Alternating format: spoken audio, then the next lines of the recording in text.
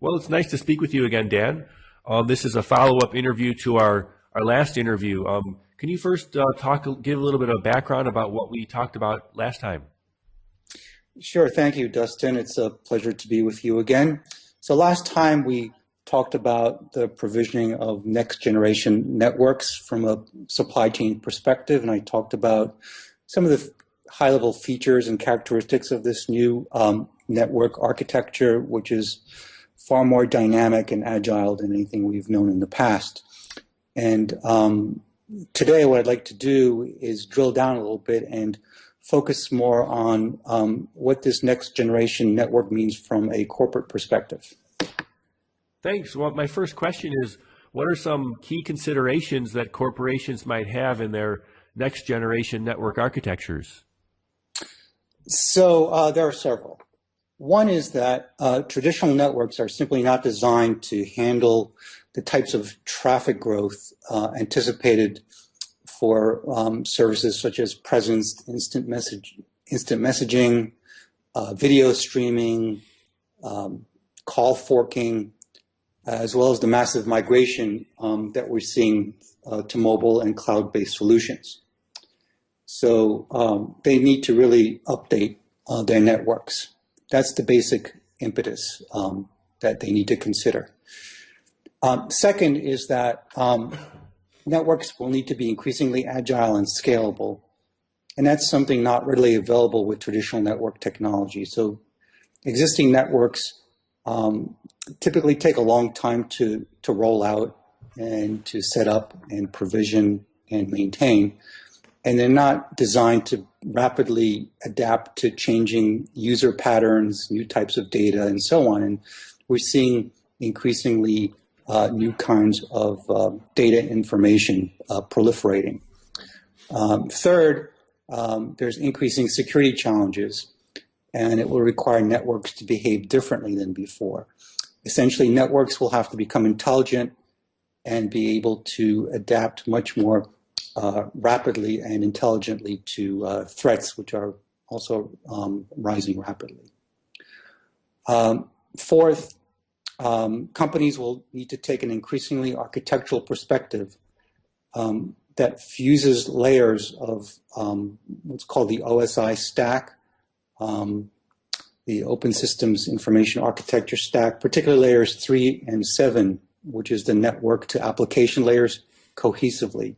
So these things will become more tightly coupled, actually, going forward, and I'll explain a little bit about what that means a little bit later on. And finally, the other key consideration is the movement away from proprietary hardware to open standards and virtualization. My second question is, what are corporate session border controllers, and how are they different from traditional, I guess you call them SBCs, session border controllers? So first of all, this device, the session border controller, I think is the key piece of this new network that is emerging. And we've had SBCs for quite a while now, but traditional standalone units were designed primarily for large carriers and Fortune 500 companies. And recently there have been some key drivers to kind of re-envision what an SBC is and how it works and who uses it. So one of the major differences is it was spawned by a white paper that was presented in 2012 by 13 major international network operators. And these included companies like Verizon and NTT and China Mobile, some really sort of the big major players around the world. And they called for network function virtualization, which is actually being driven by advances in standard hardware that allows you to put an SBC function on a standard server. So there's no longer a need for technical proprietary systems that we used to have for SBCs. And increasingly, there are new offerings from a number of vendors such as Metaphase and Sonos that are addressing this rapidly growing opportunity space. Interestingly, vendors that have been slower to respond to this new kind of SBC, such as Cisco, have seen an unfavorable market response. So look to a lot more things to happen in this space with existing vendors. And interestingly, key software vendors such as Oracle are realizing the need to extend and fuse network functions into their core ERP offerings. And this was evidenced by Oracle's acquisition of Acme Packet in earlier part of this year, or actually in February of 2013. And finally, there's an increased adoption of Microsoft's Link Unified Communications offering in corporate environments. So traditional PABX systems are being rapidly phased out. So all of these things are drivers for corporate SBCs versus sort of the network carrier SBCs that we've seen in the past. What is the difference between an SBC and a firewall, and why does it matter? Great question. So it's useful to think of an SBC as a super firewall. And the main difference is that an SBC is designed to handle real-time streams of information, or what's typically referred to as RTP. And that's the major, I guess, differentiator between old networks and the newer ones. The older ones were not really designed to handle real-time streams of information. But beyond that, the role of an SBC is far broader than that of a firewall, in that it can enforce complex policies or business rules. And these rules can affect every aspect of network behavior, including security, bandwidth management, and quality of service. So corporate priorities can be instantiated as SBC business rules.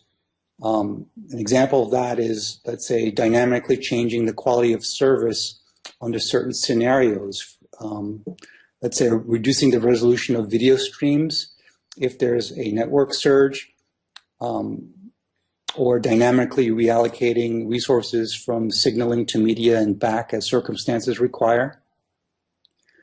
Fourth, the ability of SBCs to secure and encrypt endpoints across the enterprise is particularly relevant given the increased popularity of void or bring your own device to the corporate environment. Furthermore, SBCs can manage transcoding between analog and digital devices. So this is important because most enterprises are unable to rip and replace older or analog technology in one shot, and SBCs allow them to do so incrementally, because they can essentially manage the interaction between the legacy and new systems seamlessly. And finally, cloud-based business applications that fuse information from multiple sources, such as business analytics. It's a good example. We'll rely on this SBC technology and session-initiated protocols that run on SBCs to marshal and manage disparate data sources. And that's really becoming a very important new corporate IT function that really didn't exist several years ago.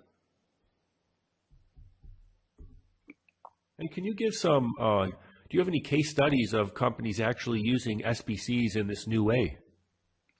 Sure, I can give you some examples that I've culled from the literature, but mind you, this is really a new and emerging area, so the number of published case studies is still limited, but I think you will find that there'll be a lot more as time goes on.